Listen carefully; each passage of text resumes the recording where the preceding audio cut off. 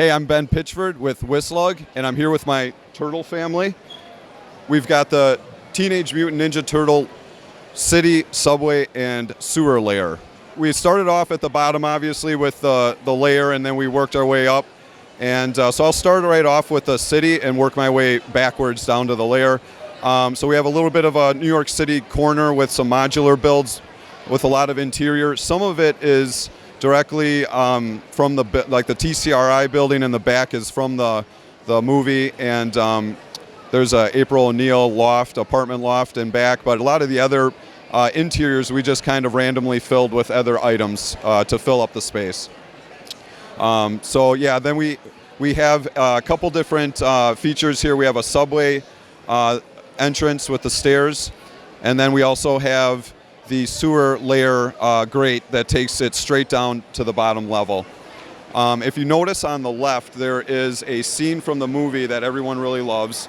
It is from the original movie where we have Michelangelo making a deal, never pay full price for late pizza. So that's directly from the movie. And then a lot of details just throughout. Right here we have a auto repair shop, and just a kind of a lot of cool like alleyway scenes throughout. And we got some foot soldiers in the middle. We've got Bebop, Rocksteady, all the villains, Casey Jones, April O'Neil, some Mousers. So pretty much try to include as many of the villains. Of course, we couldn't get them all, but we got a lot of them. That's fantastic. All the characters you got here, and then the buildings themselves are really nice. So you took really great advantage of kind of the brick face pieces for a lot of these. Yeah, and I think the biggest struggle with this was trying to build multiple levels and support such a span with the layer underneath. We had to build the subway and then the city and support all the buildings. It's starting. The only problem we've had is it's starting to sag a little bit with the support, but it's been up for about 6 months, so over time it's slowly settled, but overall it's holding up pretty good. And then if we move down to the next layer, kind of the subway, what do we have down here? So we've got the 9-volt train, New York City passenger train with some graffiti, and try to make it look as ghetto as possible.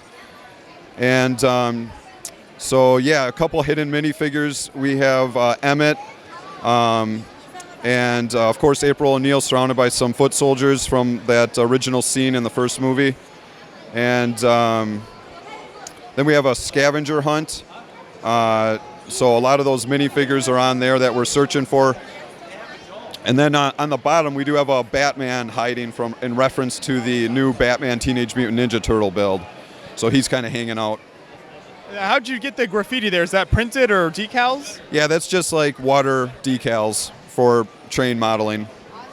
It looks fantastic, and it really adds a lot of detail to both the train and kind of the walls. Yeah, that was the goal, and once couldn't get enough of those graffiti decals. So then for the base of the subway level there, what's the kind of structure, like what's keeping all that up? Because you've got the train running all there, and you've got to keep all that supported. Yeah, that was the toughest part, and I played around with a bunch of different techniques. Ultimately, I ended up taking a combination of 2x4s, 2x2s, 2x3s, 2x6s, mostly 2x4s, but then I staggered to leave a little bit of like a gap of 2 bricks in between. That gave me the ability to put light down and then also build.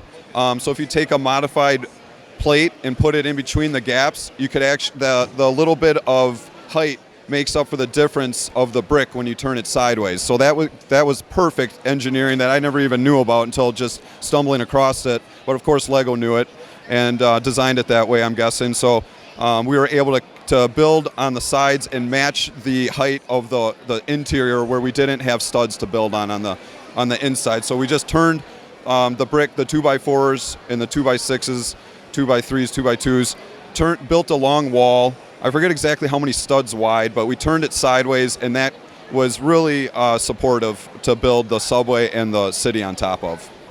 Perfect. And then if we move down to the bottom layer? Yep. So the bottom layer, we have the layer where we have some arcade games, some pool table, pinball table, a lot of things that you might find scattered around on a messy layer. We got their half pipe. We do have some power functions And I'll grab the remote so we can show you how that works. We've got their training dojo area with some weapons, a lot of pipes on the side, and then some LED lights throughout. The lighting is really fantastic throughout the whole build. Yeah, and that was mostly, I've got some strip lighting, but then a lot of LEDs that you might find at a hardware store really brightened up everything. And then you can even see you've got the kind of the lettering on the front and the start of all this great rock work around as well. Yeah, and that worked out using the translucent neon green round 2x2 pieces. So I was able to get the light to shine through those, give it that ooze effect. Perfect. Then should we walk around and take a look at the interiors of the buildings? Yeah, that sounds great. So on the back building, we have the TCRI, and just a little scene where they're creating some ooze, and you can see the portal. Some things that you might pick up from the cartoons and stories. And then some of the other details that we included. We've got a little ice cream shop, which is not from the build. Not from the movie, but we just thought we'd fill it in. Who doesn't like ice cream shops? Right. Turtles love them. And then underneath, we've got a little bar.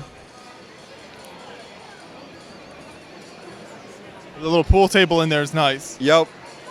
And then moving above that, we have April O'Neil's one-bedroom loft. So just some items in there. She's actually in the front subway, so she's not in there at the moment.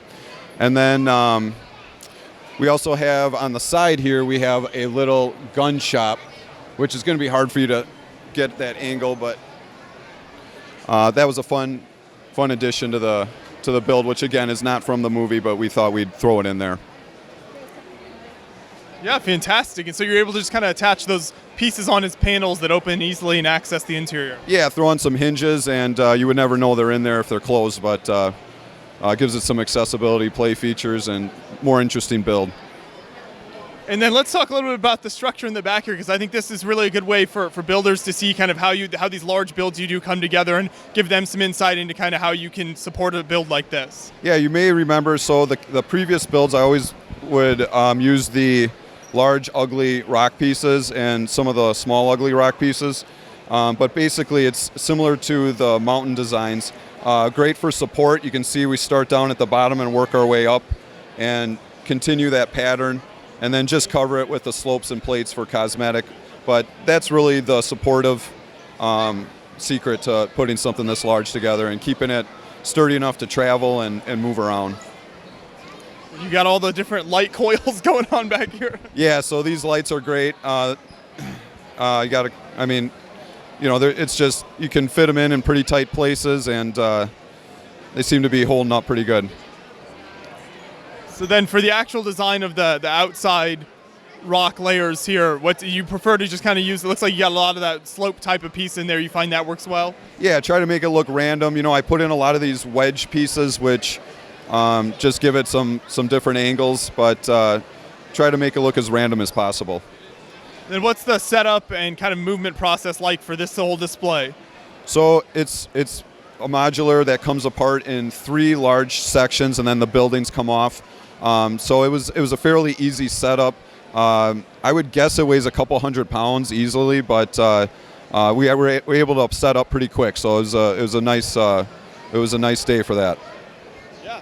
Well, it's fantastic work. I'm so glad you were able to bring it out to the show here and keep everything running. So thank you so much for taking us through the layout. Appreciate it. And then I've got a couple medieval builds here. One of them is just put on the Lego Ideas, the medieval blacksmith shop, and that's got a full interior. If appreciate the support. If you guys like that, go ahead and I'll put a link.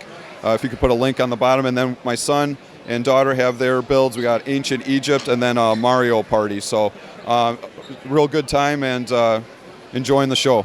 Yeah, it's great. Great time with the whole family here, and you can just enjoy it. Absolutely. So looking forward to next year, and as soon as we're done with this, we're going to work on breaking it down and probably recycling this for maybe another castle / landscape with a big landscape. Awesome. Always love to see your work. So once again, thank you so much. Appreciate it, guys. Hi, my name is Maxwell Pitchford, and I have my Ancient Egypt build right here. So it just pops open, and then there's a mummy inside there. There's a treasure chest over there. There's a dead guy over there that got wrapped up in chains. And you can see the Sphinx and the Nile River. The bridge made out of tools. And that's it. Probably. Yeah, that's it. Okay. Thank you. Bye.